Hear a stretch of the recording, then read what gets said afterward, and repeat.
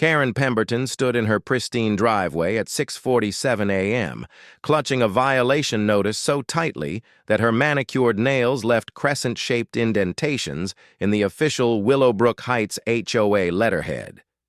The morning sun cast long shadows across her meticulously maintained front yard, highlighting every blade of grass that had been cut to exactly 2 3/4 inches, the HOA-approved height.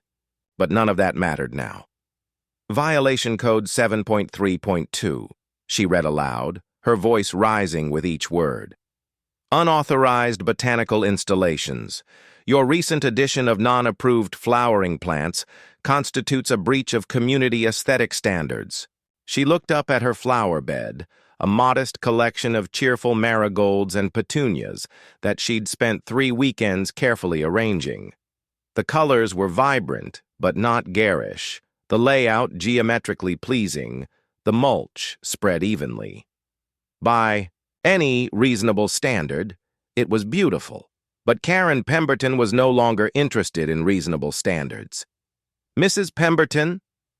Her neighbor, Jim Martinez, emerged from his own identical colonial-style home, coffee mug in hand. Everything all right? You're up early even for you. Karen had been the HOA president of Willowbrook Heights for 7 years. 7 years of enforcing rules, mediating disputes, and maintaining the property values that kept their community the envy of the county. She had issued hundreds of violation notices, attended thousands of hours of board meetings, and sacrificed countless weekends to preserve the uniform aesthetic excellence that made their neighborhood special. And now they were coming for her flowers. Jim, she said, her voice eerily calm. How long have I been HOA president? 7 years. Why? 7 years of perfect compliance. 7 years of maintaining standards. 7 years of keeping Mrs. Chen from painting her shutters purple and stopping the Hendersons from installing that hot tub on their front lawn. She crumpled the violation notice. And now they send me this. Jim stepped closer, lowering his voice. Who's they? You're the HOA president. Was, Karen corrected. Apparently, there's been a coup. The coup had been months in the making, though Karen had been too focused on her duties to notice the signs. It started with whispered conversations that stopped when she entered rooms. Board members who suddenly couldn't make their usual coffee dates. Email chains that somehow forgot to include her address. The breaking point came 3 weeks ago during what she thought was a routine board meeting in the community center's beige-carpeted conference room. She'd arrived precisely on time. Karen was always precisely on time, only to find the meeting had been moved up by an hour. When she finally located the group in Marcy Watson's living room, they were deep in discussion about new leadership opportunities. Karen, Marcy had chirped with the kind of artificial brightness that meant trouble. We were just talking about you. About my leadership, Karen had corrected, settling into the only remaining chair, an uncomfortable antique that forced her to sit higher than everyone else. What's on the agenda? That's when she learned about the petition, 47 signatures from homeowners requesting her resignation. The complaints ranged from overzealous enforcement to creating a hostile living environment. Someone had even accused her of intimidation tactics, though Karen preferred to think of her methods as thorough follow-up. The thing is, Marcy continued, her smile never wavering, we think maybe it's time for fresh perspectives, new energy. You've done such a wonderful job, but perhaps it's time to step back and enjoy your beautiful home instead of worrying about everyone else's. Karen had felt something crack inside her chest. Not her heart. That was too dramatic. More like a load-bearing wall that had been holding up the structure of her entire identity. I see, she said. And who would be providing this fresh perspective? Well, we thought Marcy would make an excellent president, said board member Dave Collins, avoiding Karen's gaze. She has such a collaborative approach. Collaborative. That was code for pushover. Karen could already see it. Regulations becoming suggestions, enforcement becoming optional, standards sliding until Willowbrook Heights looked like any other. Suburban neighborhood instead of the carefully curated community she'd spent 7 years perfecting, but she hadn't fought it. Not then. Karen Pemberton was many things, but she wasn't pathetic. She'd handed over her keys to the community center, transferred her files, and even smiled when they applauded her years of dedicated service. She'd thought that would be the end of it. A graceful retirement from HOA politics. Time to focus on her own property, maybe finally plant that flower garden she'd been dreaming about. The marigolds and petunias had been a small act of rebellion, a tiny splash of color in her life after years of beige meeting rooms and regulation handbooks. She'd chosen approved colors from the HOA handbook, yellows and oranges and soft pinks that fell within the natural earth tone spectrum. She'd measured the setbacks from the sidewalk, ensured proper drainage, even selected varieties that wouldn't exceed the maximum height restrictions. But apparently she'd forgotten to file Form 23B, Request for Approval of Non-Structural Landscaping Modifications. Form she'd created herself 2 years ago after the incident with the Hendersons' unauthorized rose bushes.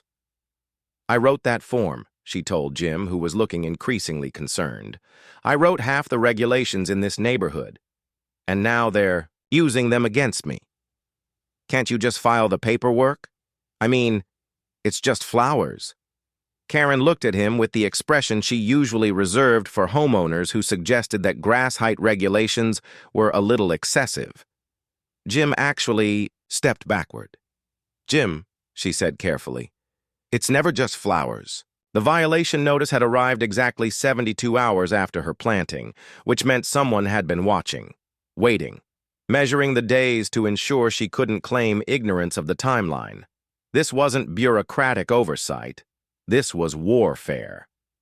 Karen walked to her mailbox, a regulation-approved black metal post with brass numbers positioned exactly 4 feet from the curb. Inside, she found 3 more items, a reminder about the upcoming New Leadership Meet and Greet, her replacement's inaugural event, a catalog for premium grass seed, taunting her with photos of lawns that looked suspiciously like hers, and another envelope with the HOA return address. The second violation notice was for her mailbox. Violation code 4.17. Mailbox maintenance standards. Minor rust spots detected on metal fixtures. Remedy required within 14 days to avoid escalated penalties. Karen examined her mailbox with the intensity of a forensic investigator. She found the rust spots, 3 tiny orange flecks, each smaller. Then a pinky nail, hidden behind the post where they were only visible if you crouched down and looked from a very specific angle. Someone had been crawling around her property with a magnifying glass. "This is harassment," she announced to the morning air. "Ma'am?"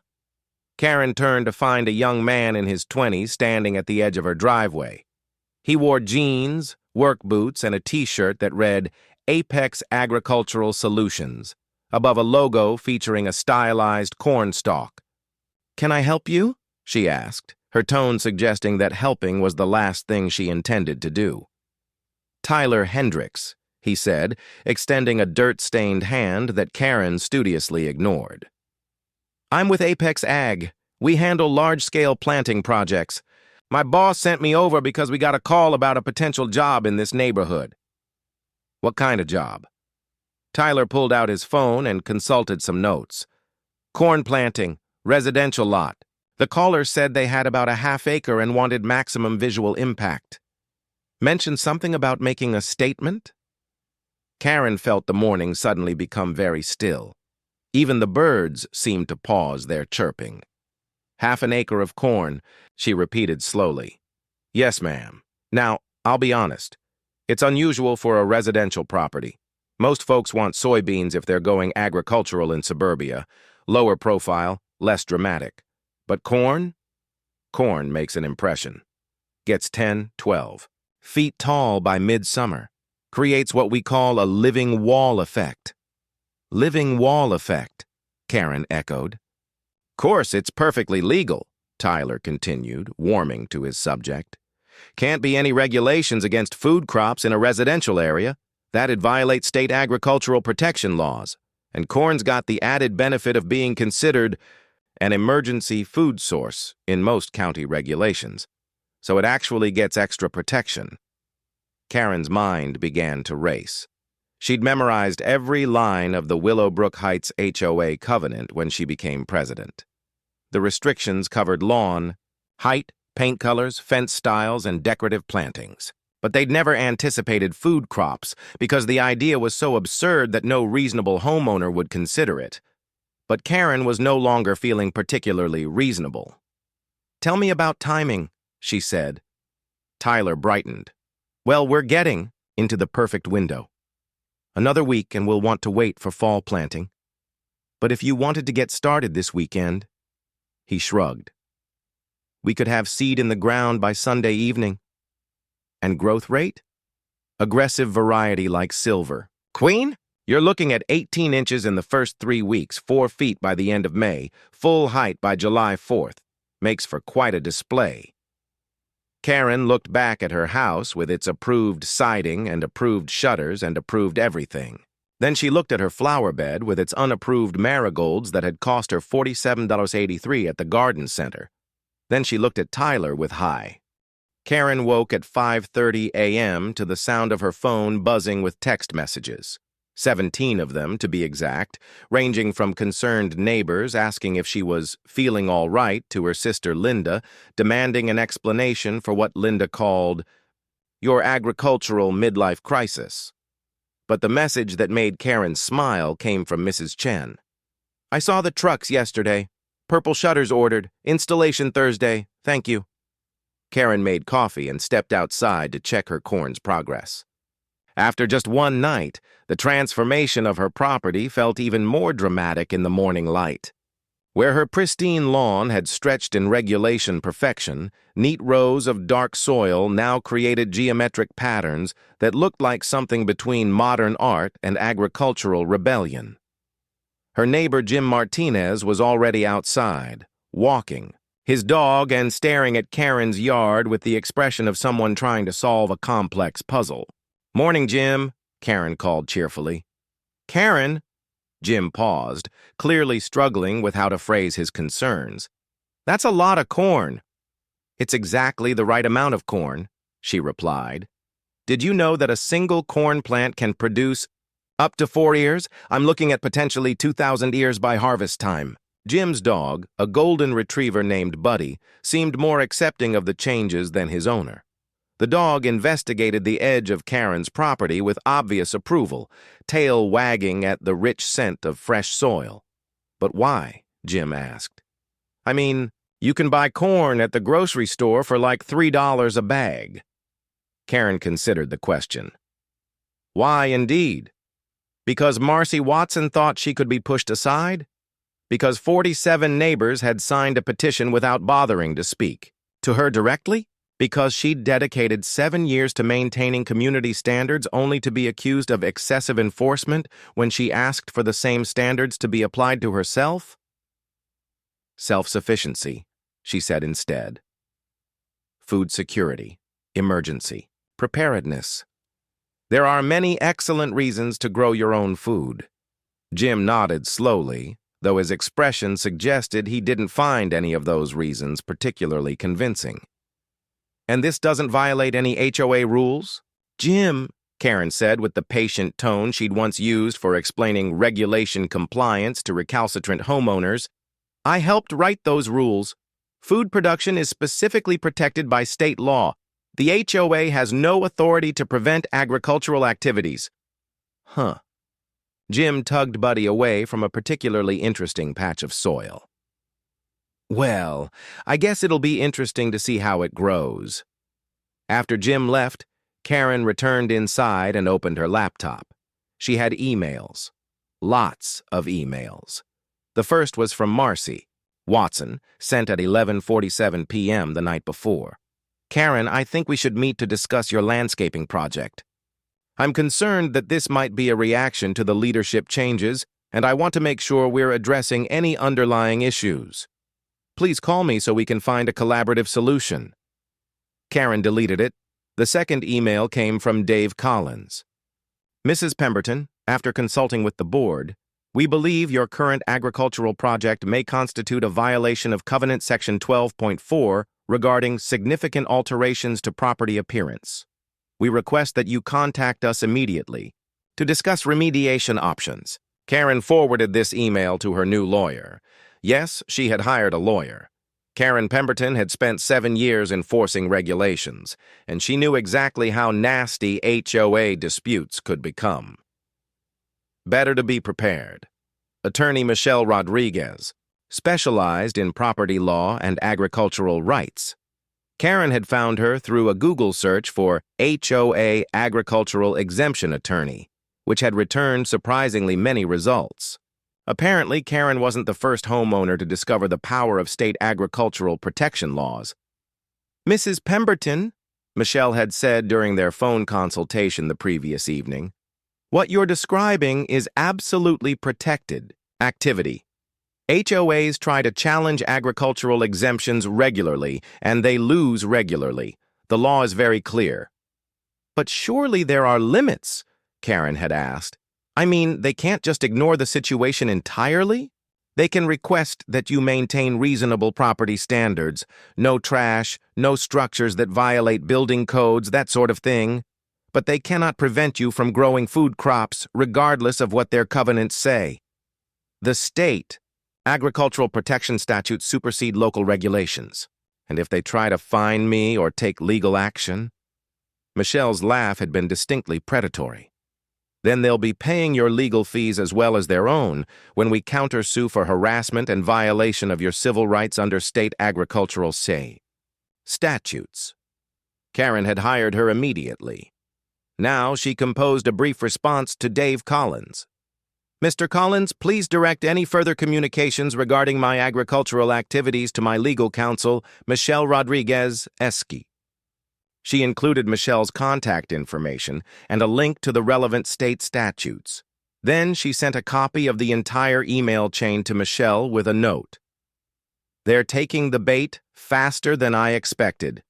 The third email was from someone named Janet Kowalski with the subject line, "Urgent Neighborhood Property Values." Karen didn't recognize the name, but the tone was familiar, indignation mixed with barely concealed panic. "Mrs. Pemberton, I don't know you personally, but I lived 2 streets over and heard about your corn situation. I hope you understand that property values in Willowbrook Heights depend on maintaining consistent aesthetic standards. Your agricultural experiment threatens everyone's investment. I urge you to reconsider this decision before permanent damage is done to our community." Karen almost deleted this email, then reconsidered. Janet Kowalski might not know her personally, but Karen knew. Janet's type probably moved to Willowbrook Heights specifically for the property values and HOA protection. Probably had strong opinions about grass height and paint colors. Definitely the kind of person who would organize a petition or lead a complaint campaign. In other words, exactly the kind of person Karen needed to understand.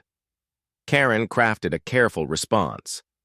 "Dear Ms. Kowalski, thank you for your concern about property values. I share your interest in maintaining Willowbrook Heights as a desirable community. However, I would note that sustainable agricultural practices and food security have become increasingly valuable amenities in residential areas. Many communities now view urban agriculture as an asset rather than a liability. I'm confident that my corn will contribute positively to our neighborhood's unique character." She didn't mention that she'd spent 2 hours the previous evening researching communities where urban agriculture had actually increased property values. Turns out there was quite a lot of data supporting her position. After handling her emails, Karen decided to take a walk around the neighborhood. She wanted to gauge the reaction to her agricultural project. And if she was being honest with herself, she wanted to see what other violations might have emerged under Marcy's collaborative leadership. She didn't have to walk far. The Henderson house on Maple Street now sported a decorative flag featuring a cartoon cat and the words "Crazy Cat Lady" in bright purple letters. Flags were limited to holiday displays and national state symbols under Section 8.2 of the HOA covenants. The aid. Morrison property on Oak Avenue had installed a new mailbox shaped like a miniature barn, complete with weather vane. Novelty mailboxes were specifically prohibited under Section 4.1.2, and Mrs. Chen's purple shutters were already half installed, transforming her house from regulation beige to something that looked like it belonged in New Orleans rather than suburban Connecticut. Karen made mental notes of each violation. Under the old enforcement regime, her enforcement regime, each of these homeowners would have received violation notices within 48 hours. But apparently, Marcy's collaborative approach meant different standards for different people. Interesting. Karen's phone rang as she stood admiring Mrs. Chen's rebellious shutters. Karen? It's Michelle Rodriguez. I just got an interesting call from someone named Dave Collins.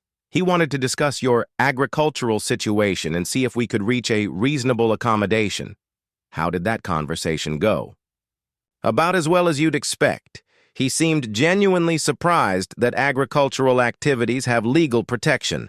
I think he was expecting me to negotiate some kind of compromise. What did you tell him? That my client is engaged in perfectly legal activities on her own property and that any attempt to interfere with those activities would result in immediate legal action. I also mentioned that agricultural harassment is a specific category under state law with enhanced penalties. Karen felt a warm glow of satisfaction. And his response? He asked if you might consider soybeans instead of corn because they're less visually intrusive. I told him that crop selection is not subject to HOA oversight. Did you mention the research about corn varieties? Oh, yes. I made sure he understood that you'd selected a particularly tall, fast-growing hybrid specifically chosen for maximum visual impact. His silence was quite satisfying. After Michelle hung up, Karen continued her neighborhood tour. She was beginning to see Marcy's collaborative approach more clearly. Violations that might affect property values or community aesthetics, like Karen's flowers, were still being enforced. But violations that reflected individual personality or preference, like decorative flags and novelty mailboxes, were being overlooked. It was selective enforcement, which was exactly the kind of inconsistency. The first green shoots appeared on a Tuesday morning, tiny emerald spears pushing through the dark soil like nature's own rebellion. Karen discovered them during her 6 a.m. property inspection, a ritual she'd developed to document her corn's progress, and, increasingly, to observe the neighborhood's reaction to her agricultural experiment. By Wednesday, the shoots had doubled in height. By Friday, they formed a visible green pattern across her front yard that could be seen from 3 blocks away. By the following Monday, Karen had received her first cease and desist letter. Mrs. Pemberton, the letter began in official HOA letterhead. Despite previous communications regarding your unauthorized agricultural activities, you have failed to remediate the situation. The Willowbrook Heights Board of Directors hereby demands immediate cessation of all agricultural activities and restoration of your property to approved landscaping standards within 30 days. Karen photographed the letter and forwarded it to Michelle Rodriguez with a note, "They're escalating. Time for Phase 2. Phase 2 had been Michelle's idea. If the HOA wanted to play legal hardball, they'd get a crash course in agricultural protection law. Mrs. Pemberton, Michelle had explained during their strategy session, agricultural harassment is a specific tort under state law. If they continue to threaten legal action against protected activities, we can seek injunctive relief and damages. But first, we need to establish a clear pattern of harassment. How do we do that? We document everything. Every letter, every phone call, every violation notice. Then we respond with increasingly detailed legal citations until they either back down or dig themselves in so deep that our countersuit becomes a slam dunk. Karen had always appreciated thorough planning. She drafted her response to the cease and desist letter with the precision of someone who'd spent 7 years crafting HOA communications. The letter was 3 pages long, cited 14 different state statutes, and included footnotes referencing relevant case law.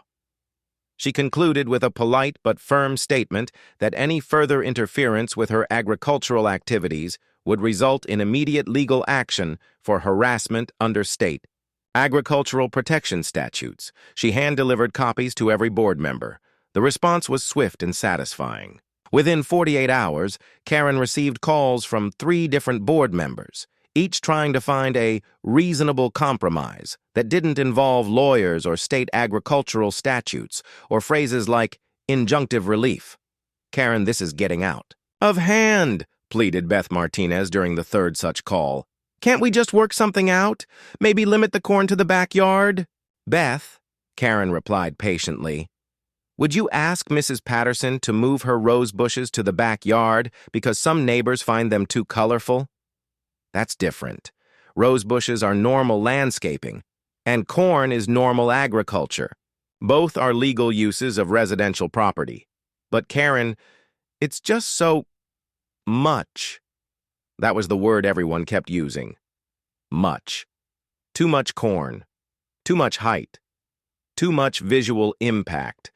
As if Karen's 7 years of meticulous lawn maintenance had been too little, but her agricultural project was somehow excessive. "Beth," Karen said, "do you remember when the Hendersons installed their pool?" "Of course, but that pool covers 30% of their backyard. It required excavation, concrete work, new fencing, and an equipment shed. It completely transformed their property's appearance and functionality. Did anyone call that too much?" A pool is different. You're right.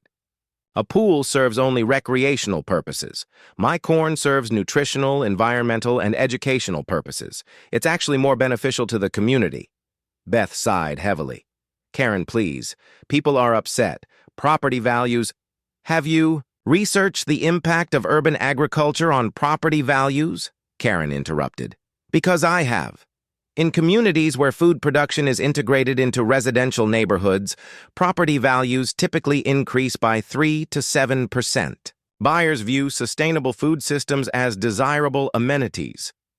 "Where did you get that information?" "University studies, real estate industry reports, municipal planning documents." Karen had spent considerable time researching this data, anticipating exactly this conversation. "I can send you the citations if you're interested." After Beth hung up, Karen returned to her morning routine of corn observation and neighborhood reconnaissance. Her agricultural project was now 3 weeks old, and the changes were becoming dramatic. The corn stalks had reached 18 inches in height and were beginning to develop their distinctive broad leaves. More importantly, the psychological effect on the neighborhood was becoming equally visible. Marcy Watson had developed what could only be described as aggressive lawn maintenance syndrome. Her grass was being cut every 3 days instead of weekly. Her flower beds were being weeded with the intensity of archaeological excavation, and she'd installed solar landscape lighting that illuminated her property like a suburban Christmas display. Dave Collins had begun power washing his driveway twice a week, despite the fact that it had never looked dirty in the first place. His mailbox now gleamed with fresh paint, and he'd planted perfectly symmetrical rows of red and white impatiens that spelled out his house number in floral script. The Henderson family had suddenly discovered HOA compliance, removing their decorative flag and replacing their novelty mailbox with a regulation model so generic it could have been ordered from the official HOA handbook.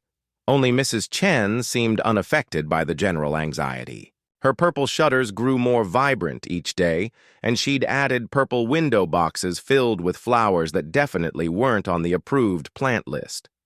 When Karen walked past her house, Mrs. Chen waved enthusiastically and called out, "Corn. Looking good. Very impressive."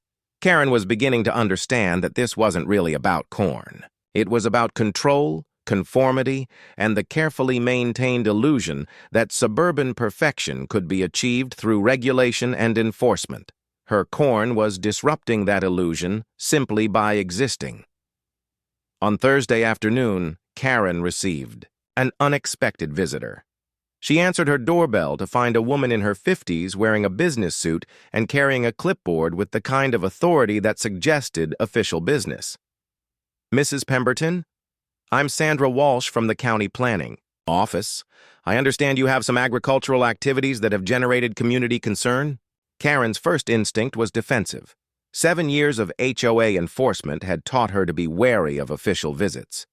But then she remembered that agricultural protection laws were on her side, and county planning offices were typically supportive of urban agriculture initiatives. "Please come in," she said. "Would you like some coffee?" Sandra accepted the coffee and settled into Karen's living room with the ease of someone accustomed to making official visits. "I want to be clear from the start," she said, "that you're not in any trouble. Your agricultural activities are perfectly legal and actually align with several county sustainability initiatives." Karen felt herself relax slightly. "Then why the visit?" "Because your HOA contacted our office asking about commercial agricultural operations in residential areas and demanding that we investigate potential zoning violations." Sandra smiled wryly. "They seemed quite surprised when we explained that residential food production is not only legal, but actively encouraged under current county policy." "I see. And what did you tell them?" "That growing food on your own property is a fundamental right, protected at both state and county levels. We also mentioned that harassment of residents engaged in legal agricultural activities is subject to county oversight." Karen raised her eyebrows. "Harassment? Mrs. Pemberton, in the past month you've received 2 violation notices, 1 cease and desist letter, and multiple phone calls from board members demanding that you cease legal activities on your own property. That meets the definition of harassment under county agricultural protection ordinances." "What does that mean, practically speaking?" Sandra consulted her clipboard. "It means that if the harassment continues, the county can intervene. We have the authority to impose fines on HOAs that interfere with protected agricultural activities. We can also require them to cease enforcement actions, and in extreme cases, we can place HOAs under county oversight." Karen felt a warm glow, a vindication. "And my corn? Your corn is beautiful and perfectly legal. In fact, I'd like to discuss the possibility of including your project in our urban agriculture showcase. We're documenting successful residential food production projects for educational purposes." After Sandra left, Karen sat in her living room and considered the implications. The county was not only supporting her agricultural rights, but actively documenting her project as a positive example of urban agriculture. Meanwhile, her former colleagues on the HOA board were now under county scrutiny for harassment. It was, Karen reflected, a rather satisfying turn of events. Her phone rang at 6:30 p.m. The caller ID showed Marcy Watson's number, but the voice that answered was Dave Collins. "Karen, it's Dave. We need to talk." "About what, Dave?" "About calling off the county. This has gone too far." Karen paused, genuinely confused. "I didn't call the county, Dave. The county called me." "Don't play dumb. Someone reported us for harassment, and now we have county officials threatening to fine the HOA. This is exactly the kind of vindictive—" "Dave," Karen interrupted, her voice dangerously. By the first week of June, Karen's corn had reached 4 feet in height and achieved what Tyler Hendricks cheerfully called full agricultural dominance over her front yard. The stalks stood in perfect rows, their broad leaves rustling in the morning breeze like nature's own privacy curtain. From the sidewalk, Karen's house was already partially obscured, and by the end of the month, it would be completely hidden behind a wall of green. More significantly, Karen's agricultural experiment had inspired what could only be described as a suburban food production movement. It started with Mrs. Chen, who replaced her decorative flower bed with tomatoes and peppers, arranged in geometrically pleasing rows.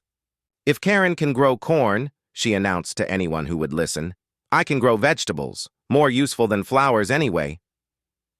The Martinez family followed suit, converting their backyard patio area into an herb garden that quickly expanded to include lettuce, spinach, and radishes. "The kids are learning about where food comes from," Beth Martinez explained to skeptical neighbors, though everyone noticed that the garden was visible from the street and definitely not approved through proper HOA channels. By mid-June, the Henderson family had installed raised beds in their side yard and were growing what appeared to be an ambitious collection of root vegetables. The Morrison family had converted their decorative landscaping into a berry patch. Even Dave Collins had quietly planted what he called a small kitchen garden behind his garage, though he was careful to keep it out of sight from the main road. Karen observed these developments with the satisfaction of someone watching a carefully planned strategy unfold exactly as intended. "You realize what you've done?" Michelle Rodriguez asked during one of their regular strategy calls.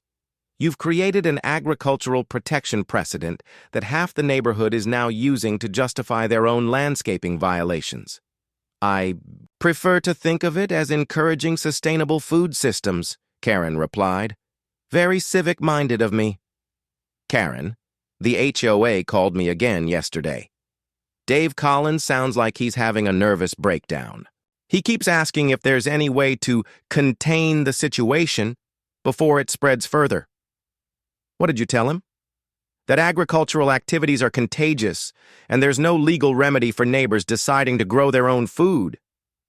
Michelle's laughter carried clearly through the phone. "I may have also mentioned that trying to prevent protected agricultural activities would violate federal guidelines about food security." Karen had to admit that Michelle had a gift for creative legal interpretation. The real crisis came on a Thursday morning in mid-June when Karen discovered Tyler Hendricks standing in her cornfield, because that's what it had become, a genuine cornfield in suburban Connecticut, holding a measuring tape and shaking his head in amazement. "Mrs. P," he called out when he saw her approaching, "you need to see this. This corn is exceeding every growth projection I've ever made." Karen followed him into the corn, walking between rows that now towered over her head. The stalks had reached 6 feet in height and showed no signs of slowing down. The leaves formed a dense canopy that blocked most of the sunlight from reaching the ground, creating a green cathedral effect that was both beautiful and slightly intimidating. "How tall will it actually get?" Karen asked. Tyler consulted his measuring tape and calculations. "At this growth rate, 15 feet minimum, maybe 18 if we get the right weather conditions. Mrs. P, this isn't just corn anymore. This is agricultural architecture. Agricultural architecture." Karen liked that phrase. "There's something else," Tyler continued. "The root system is incredibly robust. These plants are pulling nutrients from deeper soil layers than typical residential landscaping. They're actually improving your soil quality for future planting." "Meaning?" "Meaning that even after harvest, your property will be better suited for food production than it was for lawn grass. You've permanently transformed the agricultural potential of this land." That afternoon, Karen received a visit from Marcy Watson. It was their first face-to-face conversation since Karen had begun her agricultural project, and Marcy's appearance suggested that the intervening months had been stressful. She looked tired, anxious, and slightly desperate. "Karen, we need to talk," Marcy said without preamble. "Of course. Would you like to see the corn? It's really quite impressive now." "I can see it from 3 blocks away," Marcy replied grimly. "That's the problem." They settled in Karen's living room, though Marcy kept glancing toward the windows where the tops of the corn stalks were visible swaying in the afternoon breeze. "Karen, this has to stop," Marcy began. "The corn, the other gardens, the county oversight, all of it. The community is falling apart." "How so?" "Property values are becoming unpredictable. Real estate agents don't know how to market homes in an agricultural neighborhood." The Henderson family is considering installing a chicken coop. Dave Collins asked me if goats would be covered under agricultural protection statutes. Karen maintained a carefully neutral expression. Goats? He says if everyone else is growing food, he should be able to produce dairy products. I had to explain that livestock regulations are different from crop regulations, but honestly, I'm not even sure anymore. It sounds like the community is embracing sustainable living practices. Karen, please. Marcy's voice carried a note of genuine desperation. I know I made mistakes with the leadership transition. I know the petition was handled poorly, but this isn't solving anything. It's just creating chaos. Karen considered her response carefully. 7 years of HOA leadership had taught her that moments like this were critical, when opponents revealed their true concerns and motivations. Marcy, she said finally, what exactly do you think I should do? Scale it back. Maybe keep a small garden plot instead of the entire front yard. Work with us to create reasonable guidelines for agricultural activities. Help us restore some sense of order to the community. In exchange for what? Marcy shifted, uncomfortably. Well, the board could acknowledge that the leadership transition could have been handled better. We could recognize your contributions to the community. Maybe even create an advisory position. You want me to give up my agricultural rights in exchange for a meaningless honorary title? It's not meaningless. Your experience and knowledge would be valuable. Marcy, Karen interrupted. Let me ask you something. When you organized the petition to remove me as president, did anyone suggest that my enforcement approach was problematic because it was applied consistently to everyone? Well, no, but the complaints were about excessive enforcement, correct? Too many violation notices, too much attention to minor violations, too rigid interpretation of the covenants? Yes, that's right. And now you're asking me to voluntarily comply with restrictions that have no legal basis, simply to preserve community order and property values? Marcy was quiet for a long moment. I see your point. Do you? Because it seems to me that the real issue isn't excessive enforcement or insufficient enforcement. The real issue is that this community wants selective enforcement, rules that apply to some people but not others, standards that preserve property values without inconveniencing anyone, order without accountability. That's not... Marcy, in the past 3 months, how many violation notices has the board issued? That's not relevant. 0, Karen continued. Despite documented violations of signage regulations, mailbox standards, landscaping covenants, and structural modifications, the Henderson family installed a storage shed without architectural approval. The Morrison family painted their garage door a non-approved color. Mrs. Patterson has been parking her RV in her driveway for 6 weeks in violation of vehicle storage regulations. We're trying to take a more collaborative approach. You're trying to avoid making decisions that might upset people. That's not collaboration, Marcy. That's abdication of responsibility. Marcy stood up abruptly. So what happens now? You just keep expanding your cornfield until the entire neighborhood looks like rural farmland? Karen smiled. Marcy, I'm growing food on my own property using methods that are legally protected and environmentally beneficial. If that transformation bothers you, perhaps the problem isn't with my agricultural practices. After Marcy left, Karen walked through her cornfield in the golden light of late afternoon. The stalks now reached well above her head, creating a maze-like environment that felt completely removed from suburban Connecticut. The leaves rustled with a sound like whispered conversations, and the air smelled rich with the green scent of growing plants. Tyler had been right. This was agricultural architecture, a living structure that transformed not just her property, but her relationship to the surrounding community. From inside the cornfield, she couldn't see her neighbors' houses, or the street, or any of the suburban infrastructure that defined Willowbrook Heights. She could only see sky, green leaves, and the promise of food that would feed her through the coming winter. Her phone buzzed with a text from Mrs. Chen. Board meeting tonight. Emergency session about agricultural activities. Thought you should know. Karen texted back. Thanks for the heads up. Are you attending? Wouldn't miss it. Wearing my purple dress to match the shutters. Karen grinned and returned to her house. She had research to do and strategy to plan. If the board was calling emergency meetings about agricultural activities, they were. By the first week of August, Karen's corn had reached what Tyler enthusiastically described as agricultural magnificence. The stalks towered 15 feet above the ground, their broad leaves creating a rustling green wall that completely obscured Karen's house from street view.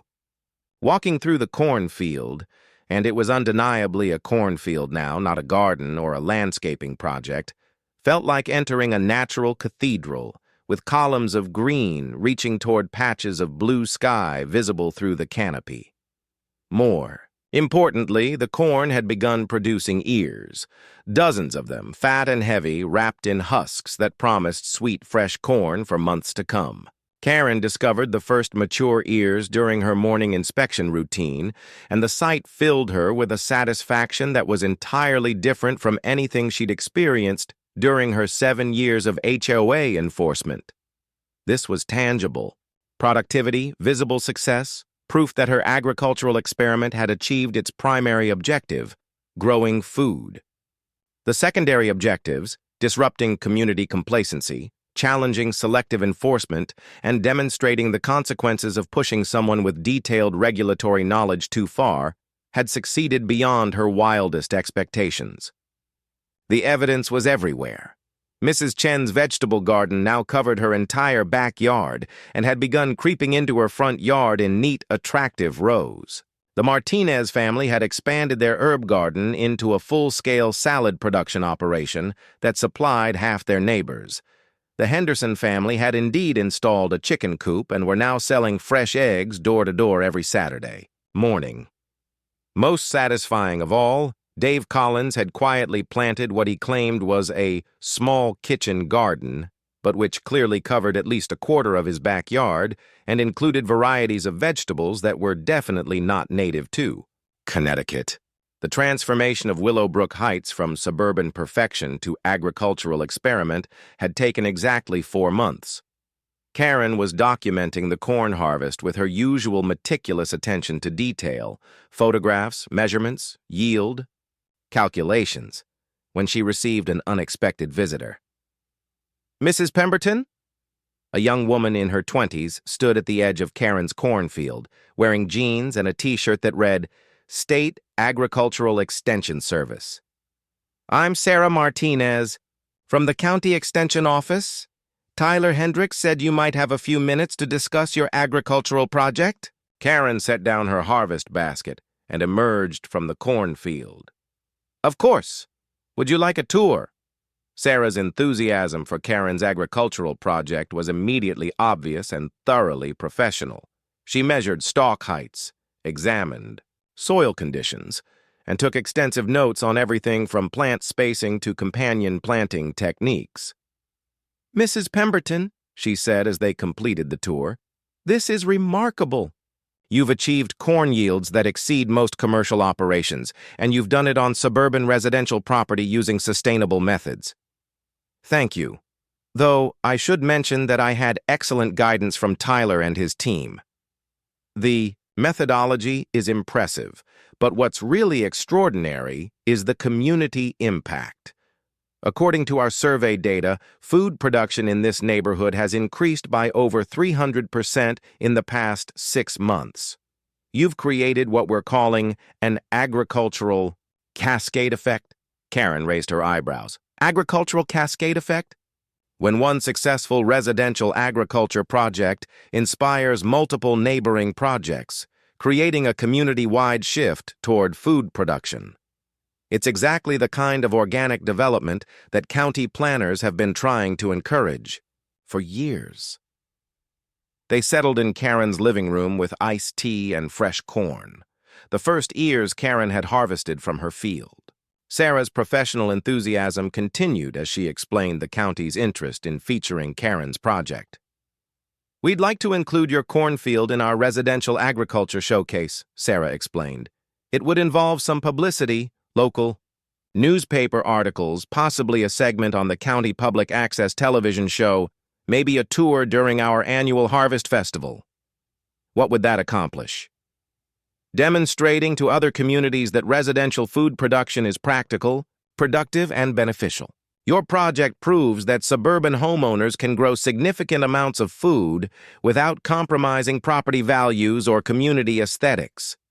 Karen almost laughed at that last part. Community aesthetics had been compromised, all right.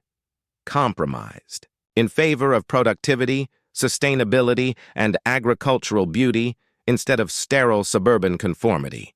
There's one other thing, Sarah continued.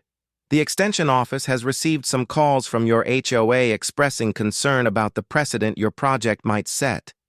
They seem worried about other neighborhoods following your example. What kind of concerns? Property values, zoning compliance, community standards. The usual anxieties about change. Sarah's tone suggested she'd dealt with similar concerns before. I want to assure you that the county fully supports your project and considers it a model for sustainable residential development.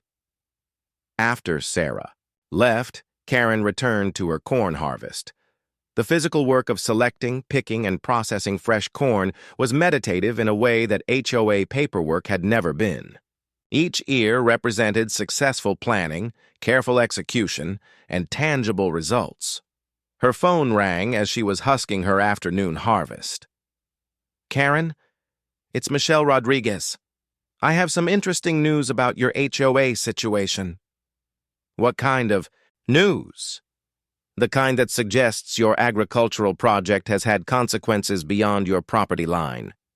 The county received a formal complaint from the Willowbrook Heights Board of Directors requesting intervention to control the spread of unauthorized agricultural activities. Karen paused in her husking. Unauthorized? That's the language they used. The county's response was educational. They sent a detailed letter explaining agricultural protection laws and informing the board that any attempt to restrict protected agricultural activities would result in county oversight of HOA operations. County oversight? If an HOA repeatedly violates residents' agricultural rights, the county can place the organization under formal oversight, which means county approval for all enforcement actions and potential dissolution if harassment continues. Karen felt that familiar warm glow of satisfaction. How did the board respond? That's the interesting part. Dave Collins called me directly asking for a consultation about agricultural law. Apparently, he's concerned that other homeowners might start claiming agricultural protection for activities that aren't actually food production, such as... He mentioned decorative corn, ornamental vegetables, and aesthetic agricultural displays. I think he's worried that people will use agricultural exemptions to justify any landscaping choices the board disapproves of. Karen almost choked on her iced tea. That's actually not a bad strategy. Karen, Michelle said with a warning tone, please tell me you're not planning to encourage that kind of creative interpretation. Of course not. I'm simply growing food for personal consumption using legally protected agricultural methods. And if other people happen to discover that vegetables can be decorative as well as nutritious? That would be a happy coincidence. After Michelle hung up, Karen continued her harvest while considering the implications. Her agricultural experiment had succeeded beyond her original objectives. She'd challenged the HOA's selective enforcement, demonstrated the consequences of regulatory inconsistency, and created a community-wide shift toward food production. But more than that, she'd discovered something unexpected. Agricultural work was genuinely satisfying in ways that regulatory enforcement had never been. Growing food produced tangible results that benefited everyone, unlike HOA enforcement, which primarily benefited abstract concepts like community standards and property values. Her philosophical contemplation was interrupted by the arrival of Mrs. Chen, who appeared at Karen's cornfield boundary carrying a large basket. Karen, she called out, I brought vegetables for trade, tomatoes and peppers for corn. They conducted their agricultural exchange in the shade of Karen's corn stalks. surrounded by the rustling green privacy screen that had transformed her property into something resembling rural farmland. "The board is planning another emergency meeting," Mrs. Chen reported as she selected ears of corn for her basket. "Dave Collins sent a notice about developing comprehensive guidelines for residential agriculture." Guidelines for legal activities that are already protected by state law? That's what I asked. Board says they want to provide clarity about what types of food production are appropriate for suburban environments. Karen handed Mrs. Chen several ears of her sweetest corn. "And what do you think of that approach?" Mrs. Chen's grin was conspiratorial. "I think suburban environments need more food and fewer arbitrary rules about what's appropriate. Also, I ordered fruit trees for fall planting, apples and pears, very productive, very tall." "How tall?" 20 to 25 feet when mature, much taller than corn." Karen laughed out loud. Mrs. Chen's strategic thinking was impressive. That evening, Karen received a call from Marcy Watson. "Karen, we need to discuss the situation. It's gotten completely out of hand." "What situation is that?" "You know perfectly well what situation. The agricultural epidemic. Half the neighborhood is tearing up their lawns to plant vegetables. The Henderson.